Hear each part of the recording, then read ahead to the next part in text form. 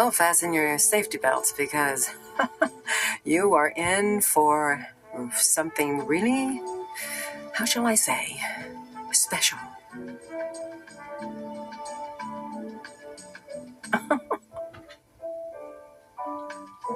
I can't believe I took this part. I'm Raquel Welch, and I play the part of Myra Breckinridge. Well, it seemed like a good idea at the time.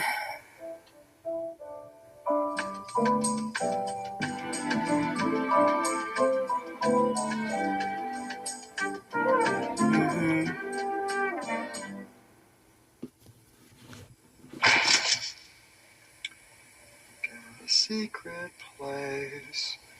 That's Rex Reed, of course. A famous movie critic, gossip columnist who plays the part of Myron. Oh, this is what they call the castration scene. I don't want to spoil it for you, but that's why he's in the stirrups. Secret place, a secret you know. Oh, boy. When they added this little thing to the script, I thought I would die. I said, oh, my God, where are we going now? It's actually very Fellini-esque, I thought. See, I thought I was going to play Myra and do the transition into the male part of the role, Myron, and that was the challenge, the acting challenge that I thought I would be able to have fun with. But then they decided, no, I would just play the female fantasy. Surprise! And Rex Reed would play the male part.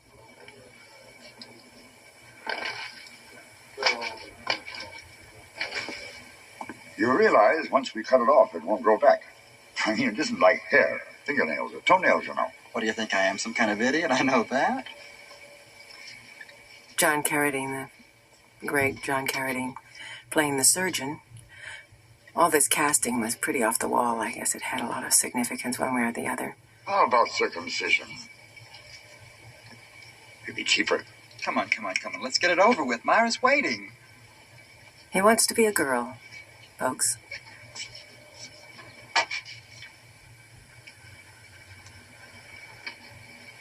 We'll have to blow up your tits for silicone. How about they use paraffin? No, that would make them inflammable. You don't want inflammable tits now, do you? I like the cigarette, don't you? I got a secret place known to none but Myra. me. I mean, And stop then my it. sequel. Well, I should think so.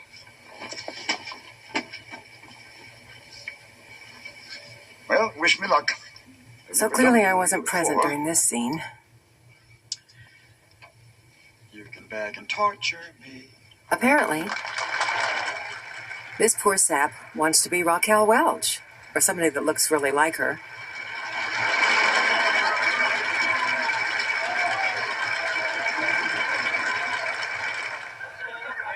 You know American song? Yes, I do. It's called You Gotta S-M-I-L-E. If something may upset you, don't ever let it get you down. Don't wear a frown. And Miller. Oh. Don't ever let it make you sigh. Keep shooting high. Oh, I love John Huston. Be a crooner, not a grown. Too bad he wasn't the director of this piece. There's a spelling lesson that will do the trick. You've got to S-M-I. Oh, there she is, the fool that took the part. Keep it in mind when you're blue. See, I thought I was going to be able to do this sort of male-female thing that would be kind of challenging and great, but no. I just played what happens to the guy when he tries to be a girl. There she is.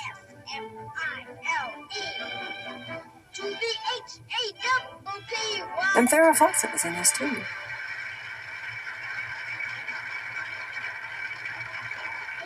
Gentlemen, just for fun, I'd like to sing the song again the way it would be done. Actually, it was a kind of stroke of genius for Michael Sarn to put these little old film clips in here. The Shirley Temple one was the first one. I like this scene a lot because it sort of gave it a kind of musical comedy feel, and I felt like, you know, the book that Gore Vidal wrote was so far out there that really, it should have been a musical, and it had a kind of musical feel about it, or a Fellini musical feel. Life is divine at 8:45. You simply gotta S-M-I-L-E. So there we were on Hollywood Boulevard doing this crazy thing. And of course, crowds of people were watching from across the street and everything. I actually had very high hopes for this movie at the beginning, but then there were a lot of very ominous signs that snuck into the picture, and I started to really worry about it before we even got to the first frame of film. Too late. Now you're dancing down Hollywood Boulevard and teaming up with Rexy.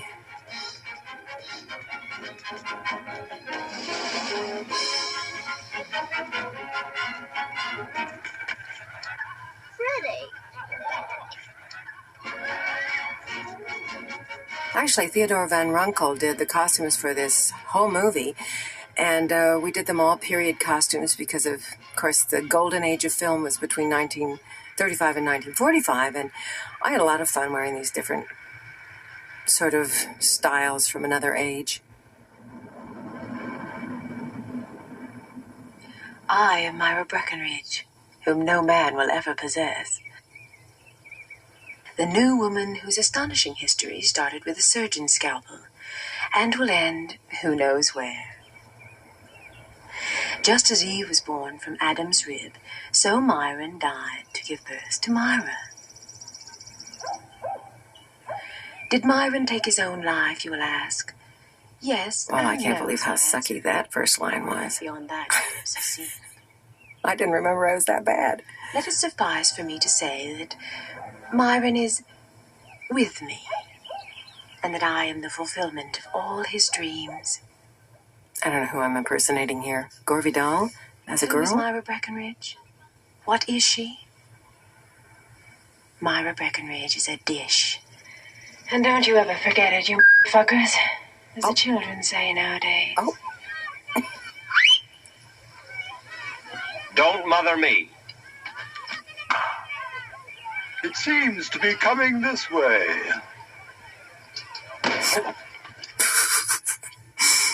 Actually, those old film clips are probably the best thing in the whole movie. But then it is a kind of an homage to the old movies, the golden age of cinema. Starting with my late husband's uncle, the notorious Buck Loner, who squats in unashamed love the car. As the head of a dramatic school in fashionable Westwood. A tree!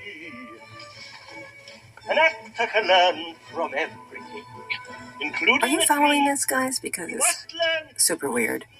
The truth of a tree, to make it work for you, to use it to know its beauty. This tree. Oh, this is supposed to be an acting academy, of course. Ah, Myra, baby, I say to myself, half of all of this will soon be yours.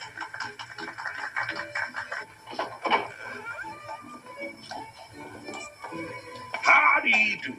Come right on in, little lady. Take the weight off them pretty little feet while I finish my last mile back to the old corral. So, you want to be a star? Buck Loner, played by John Huston. It's a hard road, and I feel I should say I was surprised he took the part, too, but there's a real Hollywood legend. What do you say? And I just had the best time playing this part with him. Party, the torch, the scene. And the heat of them 5-kilowatt lamps over at MGM. Where I sit, I'd say you can. I can see your name in lights now. Fact is, you remind me of a certain one of our former successful students, a Miss Gloria Swanson. You've heard the name, I'm sure. You mean she was one of your students? You bet your sweet ad. Fact is, my students is always saying, Uncle Buck would want for you. We'd still be warm in that seat back in Schwab's drugstore. Really? I thought that was where Lana Turner was discovered. Her too. Her too. Well, I'll be called dirt.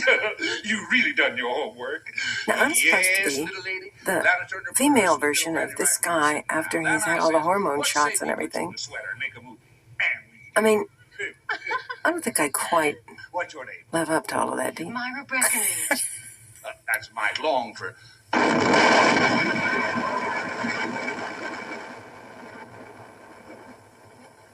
Breckinridge? Yes, I'm the widow of your late nephew, Myron, and I've come to collect $500,000. Oh, this dialogue was so difficult to get your teeth around.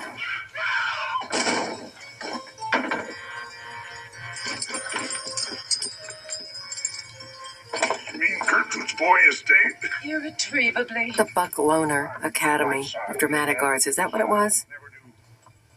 Gertrude's boy had... Sorry, I'm not following very well, am I? Oh, I'm Mr. very Lowe, distracted. You're the only one I have left to turn to. You see, Myron didn't leave me a penny. No insurance? Safety deposit box, maybe. No, I'm absolutely alone and penniless. Mr. Loner, Gertrude, Myron's mother, said to me with her dying breath, Myron, and you too. See, Brex is my alter ego. Do you get that? Because if I hadn't read the script... And you tell that son of a bitch, well, I'm quoting now verbatim, that property in Westwood was left to us jointly by our father. And you tell that bastard that I've got a copy of that will, and I want my share to go to you, Myron, because that property must be worth a good $1 million by now. Well, how Where'd about you get the southern accent? I conclude he left a last will and testament. Yes, leaving the whole of his estate to me. So I suppose that half this place must be She dropped mine. Well, you know something? Well, you know, Myra is kind of a conglomeration of a lot of different characters she's made up in her head, or that Myron has made up in his head. Sort of every movie heroine that you ever saw, and it sort of all comes together in one wonderful little package called Myra. Well, I was looking for, a really interesting part to play where I would have a little more to do than just stand around in a bikini. And I read the book, and Fox was doing it, and I really did think the book was very funny, and I was laughing out loud and thinking it was very clever and interesting. I could see that it was going to be quite a difficult movie to make, to make this book into a movie. I thought that it was a kind of... I didn't go that far in my head. I just figured that it would be fun to try to undertake playing both roles. And I was sort of rolling up my sleeves in a way mentally, thinking that it could be a really nice, funny, interesting thing to do. But I never thought they would do things so literally. I thought they would do it much more figuratively, like they used to do in the old movies. But I think that they got too much into the vernacular, and so that they lost the mainstream audience. And anytime you do that, well, you might have an interesting piece, but you're not going to have a crowd pleaser. And I don't think this movie ever will be get to the point where it's really what you could call a successful movie. It's an oddity. 1,000. Only on condition you don't tell the other teachers how much you're getting. You have my word, Uncle. Uncle? We're busy. Well, I mean, all of the homosexuals that they actually showed in the movie, the gay guys, were extremely camp. And that was very much a Michael Sorn thing. He was making fun of the gays. At that time, I mean, most of the gay people that I knew and that were in the industry were not like that at all. And certainly not socially like that. And so, yeah, I mean, the whole idea of doing the movie was camp in a way. We try to build up the confidence of the students so they don't want to leave. That right? That don't sound right. Of course. Gore pretty much disowned the whole thing, as I recall. I don't think he was pleased with this movie as a representation of what he was getting at in his book, because it sort of backed up on itself and got very confused. I think he was trying to do something about the changing roles of the sexes, and I think he was trying to do something about pop culture in America. I think he was trying to do something about conservatism as opposed to liberal free thought. And I think he's a kind of a, I don't know how I would describe him, but I think that it was not exactly anarchy, which I think this movie sort of has an anarchy sort of component to it. I think he was more for a kind of reformation or reformation of the classic American stereotypical society. I think he wanted to open it up. And I don't think that this movie did that. I think the book helped to do that for the readers. But a film is usually more powerful than a book as far as the audience it reaches. So, I mean, I hate to sound intellectual and didactic, but that's what I think that probably Gore had hoped that his would be a better representation of his book. I've never really heard him comment on it. During the decade between 1935 and 1945, no unimportant film was made. So now she's going to be impersonating Dietrich, of course, or dressing like her at least. Without the accent. That's very, very Gore Vidal. Because, of course, you know, the American legends seem to have eclipsed every other legend in modern times, so I think he was right about that. Actually, I guess there's a lot of different levels to this movie that you have to read the book to get.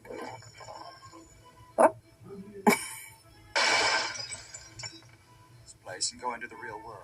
Oh, some of them leave. This is a very, very theatrical rendition of what a talent school would be like. I mean, Is your name really Irving? Living on the bank? clearly nobody dresses like this around talent schools. I used to be Jewish before I was Everybody's very down and dirty in real life. But then, of course, this is not real life. This is Myron's sexual fantasy. Cinema lovemaking. Unballing. Just take off your clothes. Oh, well, that's a lot like the acting schools I've been to. Now we need a ballsy young Everybody's man. trying to connect. Come on. And you are irate. You're bugged. You think that she is the lowest slut, the worst. You also want to get in bed with her. Now you hold it here. When you look into his eyes and you say, Oh, no, it's all nudity. your imagination. I've never been to bed with any man. Why, you're on drugs. How could you do this to me, you bitch? Oh, your imagination. That's very good. Maybe we should... Congratulations, Lance.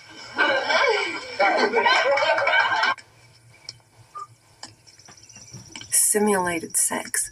Oh, a gardener. Oh, is he an actor? Or not? I guess not. Here at the Academy, See, it's actually in the interested 60s, in or I guess the 70s when this is being made. Successful.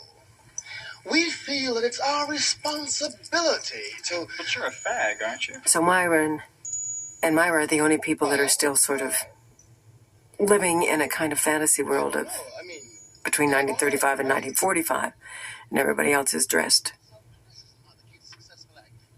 personally, like the 70s, which is Bitch. sort of hip and happening, I suppose. Throw her on her back and give her the old buckle on her special right there on the rug. Goddamn smart-mouth broad. Memo to Flagler and I Flagler. love this guy. Dear Charlie. Honey, that feels real good. Cut that. Dear Charlie, problems come up in which I need your thinking. A woman showed Gee, up. I can't imagine how Gore got the idea of a lecherous old guy, you know, running a talent school. I don't know where he would have thought of that. All mine, if there's any justice in this world. Now, Charlie, it's up to you to see I get the best justice money can buy. Honey, that is simply So wonderful. this is a real send-up of Hollywood, too. Not me, Flagler. let's go inside and watch some of the fundamentals of acting class. Oh, yeah. Dirty, greasy. I can't stand him. He's always hitting on me in rehearsals and grabbing and groping me. I want you to build the vibe between you by closing your eyes and touching each other. I can't stand to have this creep touch me. Now we're getting someplace. Real honesty for the first time. Now, see, I guess that they were trying to do here, because I haven't seen this thing in so long, I'm just sort of going with the flow, is that they're trying to show how the modern school of acting is like into all this very touchy-feely kind of thing, and the older school is heavy into style and a whole different approach to performance. on a silver screen. Love that bird on the horse's rump. Too cool. Look at him. Is he the best or what?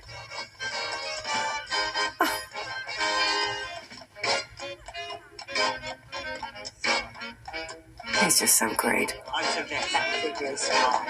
are you going to teach us? Well, I've come to bring back star quality. You simply must understand that pseudo-analytical group therapy approach to acting may be all right for naturalistic theater, a quaint, amiable convention with little or no significance. But it has little to do with... In my posture class, I was particularly we just struck by went halfway through the boy with the Vera's face. from a certain To Rusty Gadowski, the character, at least. I don't remember who played this role. Marvelously hung. Unfortunately, he's hot for an extremely pretty girl with long blonde hair. Died. Beautiful legs and breasts, reminiscent of Lupe Valles. She is mentally retarded. Oh, he is probably just Not as very stupid, nice, unfortunately, Myra. has the good sense not to talk too much. When he does, however, he puts on a hillbilly accent that is so authentic that I don't know who Michael wanted for the part of Buck Loner, but I know he was very, very high to have this young actress, Farrah Fawcett, play Mary Ann Pringle. He was like totally excited about Farrah. Myra, when was it at the cinema? Howdy, kids. Howdy. See, you've all met Myra. How's the boy? This was a Joan Bennett look, and the periwinkle blue. Great, I've been concentrating on my laughs lately, and they're coming along real nice. Well, give us a flex, why don't you? Get it on, baby. Come on, quickie. Wow, look at that, man. Great. Yes. Great. Just great, great, great. Great bunch of boys here. Of course, you get the occasional weird, but greatest bunch of kids in Hollywood. I can look it up patiently and stick by the fact. Oh gosh, this DVD. Honest, fag. I gotta flip it over. Hang on. Answer. But they're all in. Hang on, hang on. Hang on. Hang on. Hang on, I'm fixing it.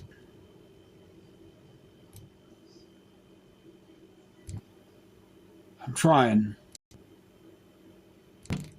Okay.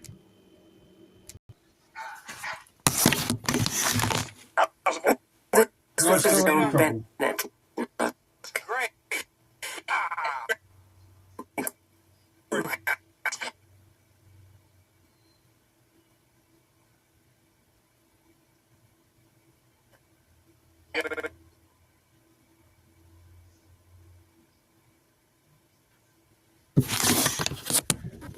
Let me see if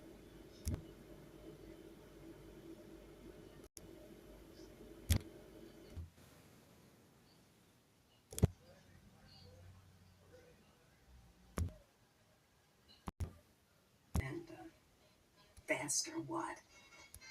I had to switch players. Let's see if it works. Well, I've come to bring back star quality. You simply must understand that pseudo-analytical group therapy approach to acting may be all right for naturalistic theater, a quaint, amiable convention with little or no significance. But it has little to do with... In my posture class, I was particularly we just struck by went halfway through the boy with the Farrah's face. From a certain To Rusty Gadowski, the character, at least. I don't remember who played this role. marvelously hung. Unfortunately, he's hot for an extremely pretty girl with long blonde hair. Died. Beautiful legs and breasts, reminiscent of Lupe Valles. She is mentally retarded. Oh, he is probably just Not as very stupid, nice, unfortunately, Myra. has the good sense not to talk too much. When he does, however, he puts on a hillbilly accent that is so authentic that I don't know who Michael wanted for the part of Buck Loner, but I know he was very, very high to have this young actress, Farrah Fawcett, play Mary Ann Pringle. He was like totally excited about Farrah. Myra, when was it at the cinema? Howdy, kids. Howdy. See, you've all met Myra. How's the boy? This was a Joan Bennett look, and the periwinkle blue. Great, I've been concentrating on my laughs lately, and they're coming along real nice. Well, give us a flex, why don't you? Get it on, baby. Come on. Wow, look at that, man. Great. Beautiful. Great. Just great. Great bunch of boys here. Of course, you get the occasional weirdo, but greatest bunch of kids in Hollywood. Bread. I'm certain of that. The drivel in their heads must have been patiently instilled by the faculty. Now, wait a minute. Myra, the faculty may be a bunch of commies and fags. No offense, sir. But they're all eminently qualified. Yes, it's a dance act for the manager clinic, but their collective knowledge could be inscribed in the I hope to see you all in class. John is obviously impersonating some kind of very crude sort of machismo old cowboy. So he represents the old idea of sexuality and sexual roles. I can't relate to her. You don't want to make it with her, do you?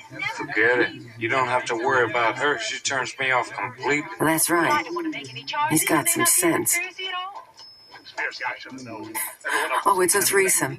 Walking away. I never heard anybody rap like that, man. I mean, she just got right into it, man, and rapped. I don't know. She's weird, you know? I mean, I like her, but she's weird. I bet a couple of sessions in the old exercise program straighten her out pretty good. Old Buck Loner special and shape her up real good. God knows she wants it. Well, if it's all the same to you, I'll go and finish my makeup. Oh, this has got to be May.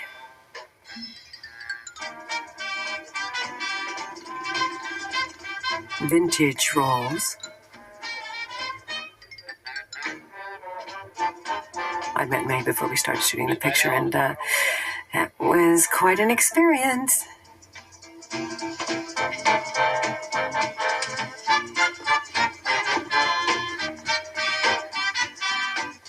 I'll be right with you, boys. Get your resumes out. Oh, somebody said that Tom Selleck was one of those guys. Did we spot him? Was that him? Without the mustache? Oh, yeah. Well, he's just a real hunk. Well, there are 4 or 5 with brown suits. Oh, the press button. Yes, I see. She'll see you. Yes, you. Well, they were just overjoyed that they had May in this movie. They were like, oh, Tom, there you go.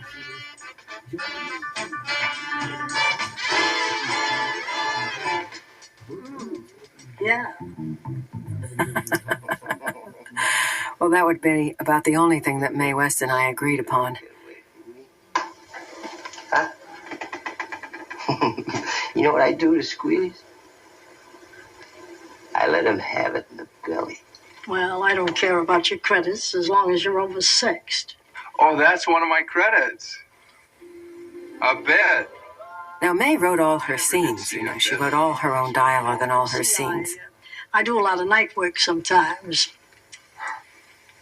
Come here.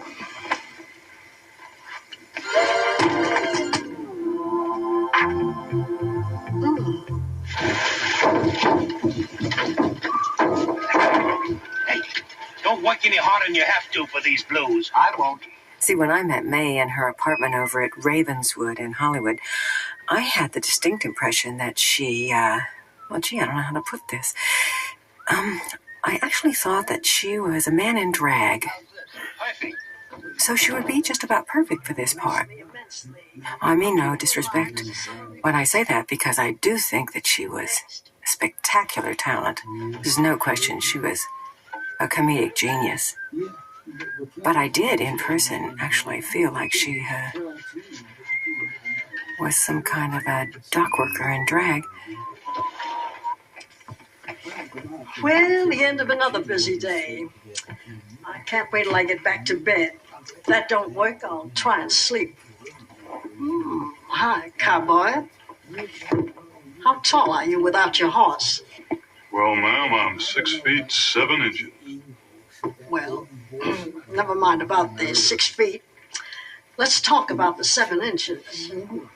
You'll never know if an apple is sweet. See, she just came into the movie and she did her thing, and it was like all written by her and all pretty much did her own little act, and nobody interfered with her at all. But she was not too thrilled to be in the same scenes with me at all, and that made me very nervous. Those are the days. Spike Jones and his city slickers. Ira Hutton and her all-girl band. And there's Farrah on the And, floor. of course, the Andrews sisters. Well, there'll never be anyone like them. The decline in our music saddens me. Nearly as much as the decline in our films. I've never heard of any of these people. But, my dear, they were unique. Truly mythic. Why, the Andrews sisters really did roll out that barrel, and no one yet has ever rolled it back. Do you know, Marianne, that if you worked very hard, it's possible that you might achieve a voice something like that of the late Laverne. Oh, thank you, Myra. But I'm just studying at the academy to be with Rusty. I just want to get married and settle down. No. To fulfill yourself as a woman, no doubt. Now I think we're building up here to a little twosome between these ladies. And of course, in this scene, I felt very Joan Crawford-ish. Joan Crawford-esque? Anyway, I felt it was very Crawford-esque. It's getting late. We have a big day tomorrow. We'll talk about it another time. Well, Yes, my dear. but we haven't talked about Rusty. Oh, that. Well, don't you ruin your pretty little head. I have that well in hand. Thank you. Bye-bye. Bye-bye. She's upset. Did you hear her? Never even heard of the Andrews sisters. Well, I scarcely dared mention Ella Mae Morris and the Cow Cow Boogie. I must say you showed remarkable restraint. And 4 children. I mean, it's not enough that she and that ape merely want to reproduce themselves. She wants to have 4. Well, half the world is starving now, and if population continues at the present rate... I know. Famine by 1974. I don't know why she had to put on that mid-Atlantic accent there. I guess it was the only way she could get her teeth around these words.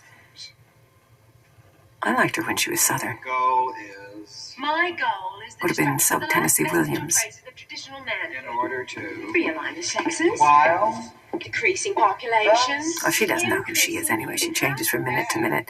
I suppose that's valid. Who knows? For its next stage. Bravo. Kind of hard to keep your focus in this movie anyway, because it kept changing it all the time. Explain that. Gladly. I thought we were going to invite Marianne over here tonight so that we could Not talk. that I ever got any direction. I shouldn't say anything too bad about Michael, because Michael actually... I make everything nasty. I liked Michael, and I think he had a certain talent, but a lot of different chefs in the kitchen on this one. Rusty. Didn't know which direction they were taking. And Letitia Van Ack. I do like the red. The only person I can't Uh-oh. is Buck Loner. So she couldn't get Straight. Marianne Pringle, and now she's going, Stop it. oh, I suppose this is... A real child. Oh, my goodness. So, is this the equivalent of masturbation? I just... When you're kissing your alter ego? That's all.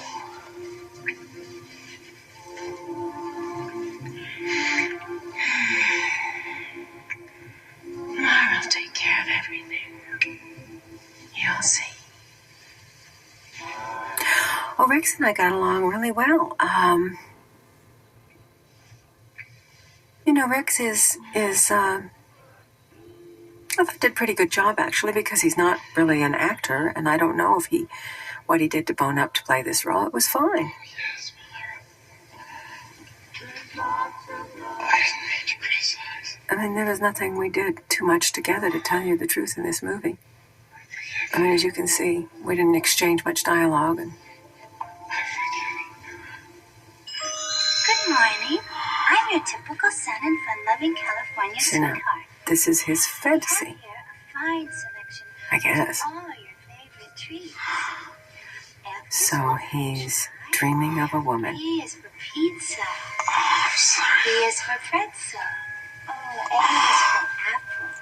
He's getting very excited over it. There's me. Do you like this banana?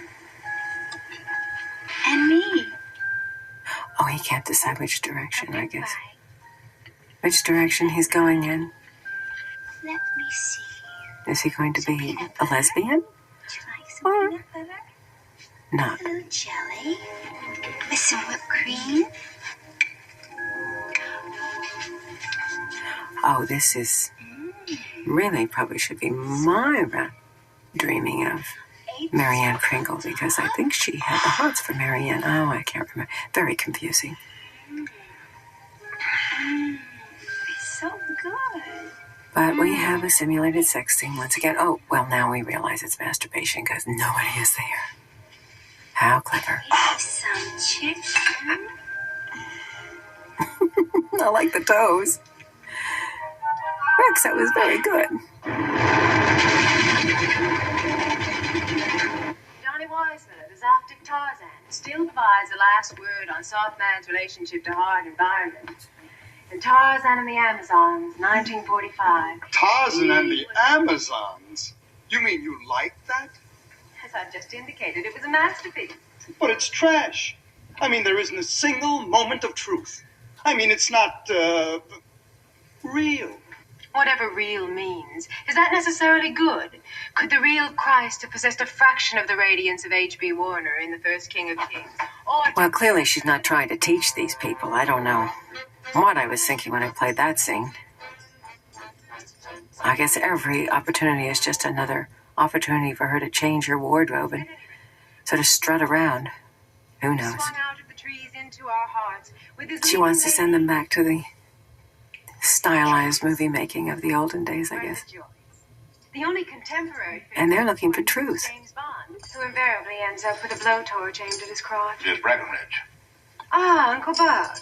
I thought that the movie didn't hold together at all well, but I did feel that a lot of the negative publicity that preceded the release of the film was causing some of that, because it sounded as though, we were all over there just behaving like dilettantes. And in fact, it was a really tough shoot. We were all putting in a lot of hours. It was very, very long days, and we were all killing ourselves to get this thing done.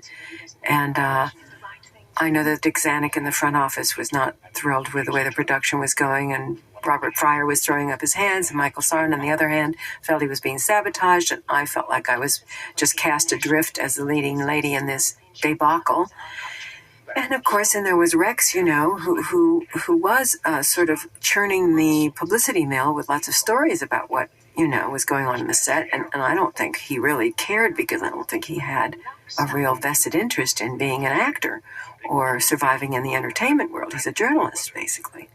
So, and then May was in her own world, and I feel that, she was doing her thing, and she, had come back. I think she made about 7 or 8 films and had not made a movie for many, many, many years. It had to be close to 30 years. So I suppose she felt it was a swan song. And I remember going to John Huston when we were in rehearsals one day over at the Bel Air Hotel, and just, actually, I didn't go over to him. I was crying because they'd sent another rewrite, and I couldn't make out what was happening anymore. And I just said, oh, this is going to be such a terrible movie, and I'm stuck in it. And he said, no, Raquel, it's only a movie. Don't get excited. I thought, well, if John Huston thinks you should just show up and work and leave the driving to somebody else, well, maybe that's what I have to do. Well, it's not a bad attitude, because I'm under contract to Fox. I have to do it anyway now. So I did it. And, tried my best. I like looking at it now, because it's just, it's just so cuckoo that it's actually kind of fun to think back at it all. But it's also kind of painful memories of misguided talent, because there's a lot of talent that came to work on that movie. And none of it sort of came together and worked for one purpose. They were all scattered out in different directions. I seemed to be making one movie and somebody else seemed to be making another one. Everybody seemed to be making their own movie. There's enough for all of you. Jobs, See, May always wears white. And when I did a scene with May, I had this black dress that the costume designer designed for me because they figured she'd be white, I'd be black, and May did not like this idea at all. So, after the dress was fit and made and everything else, somehow it managed to disappear from my dressing room on the morning of the scene. And the producer called me and said to me that the dress had been confiscated because May said that she was the only person that could wear the movie, and then I was not allowed to wear black or white. And I said, well, this is the first time we're hearing about it. So I got pissed. That's what happened. I got pissed off. I thought, boy, this is just ridiculous. Why couldn't they tell us a long time ago? They let us make this dress and everything. Screw it. So I went home for lunch. I said, when the dress reappears, I'm going to reappear. But don't be silly. This is nonsense. So the dress reappeared. And so did I. Oh, and I never did anything like that before, but I just felt like this whole thing had been so crazy, and everybody was fighting all the time about what was going to go into the script and what was going to go out of the script, and I was having a hard time holding it all together, and that just pretty much cracked it for me.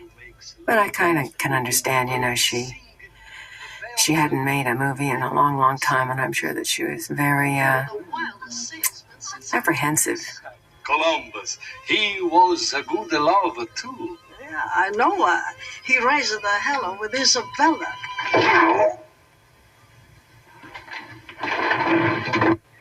Arrivederci.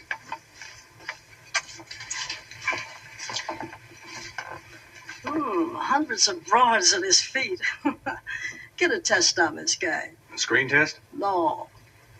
Blood test. Good morning, Uncle Buck. I have information here regarding a certain mutual acquaintance named Breckinridge. Stand up when a lady comes into the room, you son of a bitch. My dearly departed kinsman was never married, no how, no place, not to you nor nobody. You think you're pretty clever, don't you? Smarter than a flea in a feather bed. You make me sad, Uncle. Really sad. I believe you misunderstand my meaning, Myra. You're out. The con game didn't work. There's no record of any Myra and Breckinridge being married in the whole United States. Nowhere in the United States, That's right. Do you know why that might be? American Airlines has 10 regular flights a day. I'd be glad to pay your fare back home. No record of my marriage to Myron exists in any of the United States for the excellent reason that we were married in Mexico. Monterey.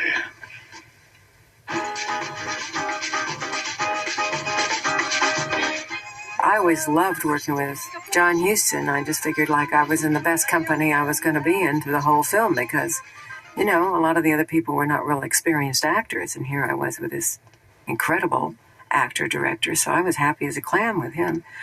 The rest of it was like, so fend for yourself, but it was mostly the arguments about the script and the ever-changing script that we're sending everybody into fits. And it's just very hard as an actress to know where you're going if they keep changing things all the time, because with a part like this, you don't know half the time what you're supposed to be enacting. And I think it caused me to lose focus a lot from one scene to the other.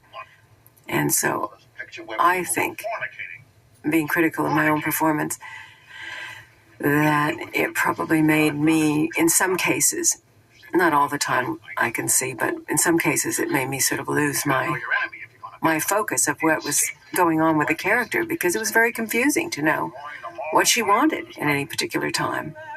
I love you, and there's 100 million others like me. But that most of it was about Michael Sarn and the producers. I mean, he would come in and have a set painted one color, and then in the morning they would have repainted it another color, and then he would get furious, and I can't blame him for that, because the guy did have a visual sort of concept of how the film was going to go, and they were very old school. Bobby Fryer and his partner, they were very old school, and Michael was totally, of the 60s and the 70s. He'd done this kind of very trendy film called Joanna, and he was like a long-haired, jeans and hippie. Well, he was English, but he still was like hippie 60s-ish type of a personality. His best friend was John Phillips from the Mamas and Papas, who wrote some of the music and stuff like that, and scored the movie, I think. And so there was all that sort of like irreverence going on, and then it was a funny kind of Such as it is. combo Oh, Uncle Buck really did himself proud this time. of the audacity of the movie, and then the British influence and the hippie influence, and then this feeling for classic cinema. Yeah, you sure do. Oh. Well, if I spend my valuable time on you, it's because I feel you have a glimmer of potential talent. And I'm trying to help you walk like normal people. Look at the way you're leaning to one side right now. You obviously have a physical problem. Marianne told me about your back. I broke 4 ribs, and even so I finished the last half. Very admirable, I'm sure. Now, if you don't mind, I'd like you to stand up and walk over to the door first and then back here to me. Probably that's the way those ladies used to talk in those movies, those earlier movies. Wasn't the most natural thing, but it was beautifully enunciated. Now, it's been my experience in the past, in problems like yours, that it sometimes helps if you dance. Imagine you're listening. Uh-oh, we're coming up to the rape of Rusty Godowski. This is what Myron was after all along. He just wanted to get this big, handsome hunk into a compromising position. And he thought he couldn't do it on his own. So he turned himself into a girl and thought maybe he could attract more men that way.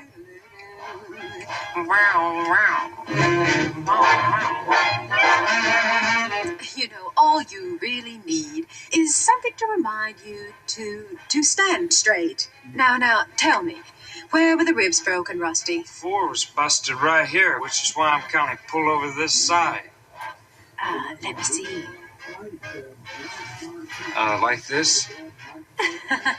No, I want to see your back. Take off your shirt. But there's nothing to see. I mean, all of the ribs are inside me. They were broken. I know where ribs are, Rusty, but I want to see the exact point where the muscle is pulling.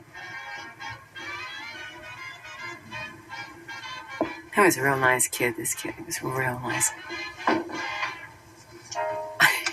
think he knew what hit him in this part.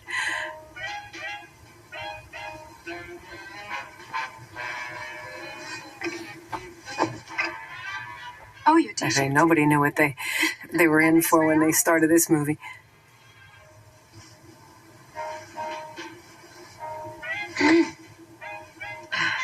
Well, you certainly are in good condition, Rusty. Well, That's work right. out some. Not like our two are used to. Yes. Would you face the wall with your arms at your side, hands pressed very flat against the wall?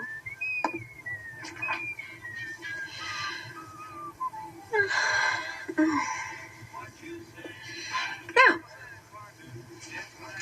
Hands flat Miss against the Myra, wall. you're jerking my pants Will you now. do as I say? Now, I believe the problem's a little lower down, around the small of the back. I'd say around the lumbar region. Aha! Gotcha! Oh. Myron looking on with his popcorn.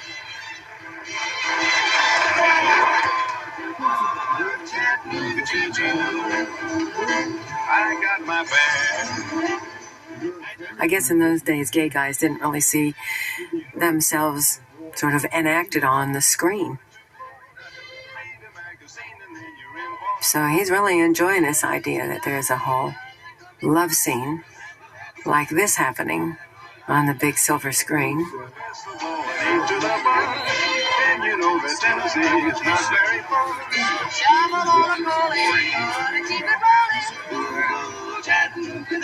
So this is like an orgy sequence now. Is he dreaming? Or has he just gone to an orgy? And of course we got all the nudity and everything, which is like a big deal at the time. They were all excited about the fact that there was this orgy scene. on the lot, everybody, comes over and has a look. Looky-loo.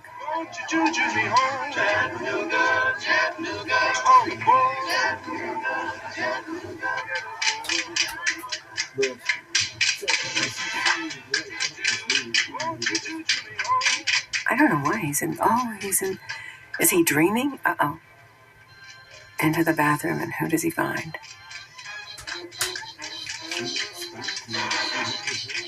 Chattanooga Choo-Choo. Is that the Chattanooga Choo-Choo?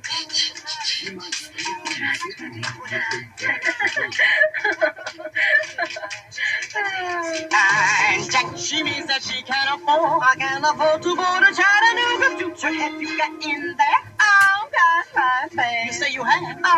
But not a nickel to spare. Well, I went to the premiere in New York City of the movie, and I had a lot of mixed feelings about it when I saw it, and I think that you could feel that there was a kind of confusion in the reaction of the people in the audience, but also I had a kind of emotional experience upon entering the theater because a bunch of guys came and stopped me from getting out of my car because they said that Mae West didn't want me to be getting out of my car at the same time that she was getting out of her car, and that I had to go around the block again and go in a side entrance. So I was all fatoutsed about that. I thought, man, why doesn't this lady get over herself? But then I don't think that she was a lady to begin with, so I don't know. Remind me to start taking diet pills again. The zipper keeps getting strong. Yeah. Miss Van Allen's car just came through the gate. God damn. It's funny reading. Marianne, I'm meaning to tell you I'm seriously considering recommending you to Letitia Van Allen. Thanks. Well, you don't sound too pleased about it. You make me feel as though I've just announced a plague of locusts. Oh, what's the matter, Marianne? Is it rusty? Can I do anything to help? Oh, Myra, I'm so worried about him. Oh, there. Oh. She's trying to get next to Marianne. Busted. The first time wasn't his fault at all, but he was on parole. This time, they'll really put him away. Nonsense. I do nothing of the kind. You just leave that to me. Why? Is there something you can do? Why, of course, my dear. It's only the law. Letitia Van Allen. Kids and I sure appreciate these visits, Letitia. Particularly the scholarship boys. By the way, speaking of... Letitia Van Allen is, I guess you figured out by now, is this big talent agent, so everybody wants to get next to her. Especially all those hunky guys. She must be a marvelous woman. I think all the gay boys are going to take the business over. There's no more studs around anymore. Everyone's popping pills and smoking grass. Oh, Miss Van Allen? Yes. This Miss Breckinridge, who'll be with us teaching This is the famous dress that disappeared from my dressing room. Permit me to say that you are the only brain comparable to my late husband's. I appreciate that, honey, but what did your late husband do? He wrote books about the movies. Oh, was he gay? Ostensibly, he was Americana, a Caroline hosed chick baller from East 57th Street. But underneath it all... He was gay. Sit down, honey. You sound like a good agent. You see, Miss Van Allen, Uncle Buck... So now you can imagine that this is a wet dream of the whole homosexual community here. Mae West with Raquel Welch and Farrah Fawcett in the wings, and none other than John Huston sitting in as the arbitrator of the whole event.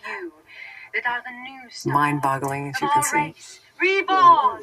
That is the damnedest thing I ever heard about this business. You have all the kinky angles that are in right now. What about studs? Heaven. I mean, have you any that I don't know about? Only one that's really A material. I know you'd like him. He's our pride and joy. He's the last stronghold of masculinity in this Disneyland of perversion. Looks like he's got quite a lot going for him. What's his name? Rusty Godowski. I ain't sure these kids should try to walk before they can run. Anyway, Rusty's been busted. Arrested for what? Violation of parole. Perhaps you could help. I'll look into it. I have a judge by the... Oh, Letitia, they don't call you the queen of the casting couch for nothing. From what I understand, they're voting me a special Academy Award. An Oscar? No, a golden phallus. And let me tell you, someday we'll have our own stable of studs. A steady stream of sturdy studs. Oh, a boy bank where credit is always good. Sort of a lay-a-day plan. God bless America. God help America. A lay-a-day. Well, I had very high hopes for this movie before we all started on the changing of the script around, and that we could never get a decent script. And there was a lot of attention spent on the movie as far as there was a lot of press interest in it because of the casting. It was very controversial, and May was coming out of retirement to do it. The fact that Rex Reed was playing Myra, and Rex would appear on a lot of these talk shows, I think Johnny Carson's show all the time, and sort of gossip about what had happened on the set during the day. And sometimes his experiences were things that I didn't know anything about because I didn't work every day that Rex worked, and I wasn't always around. But he was, very instrumental in sort of giving a day-to-day, behind-the-scenes commentary on what was happening that kept, the controversial publicity going before the film ever came out. I must say I didn't agree with that part of it because I thought, that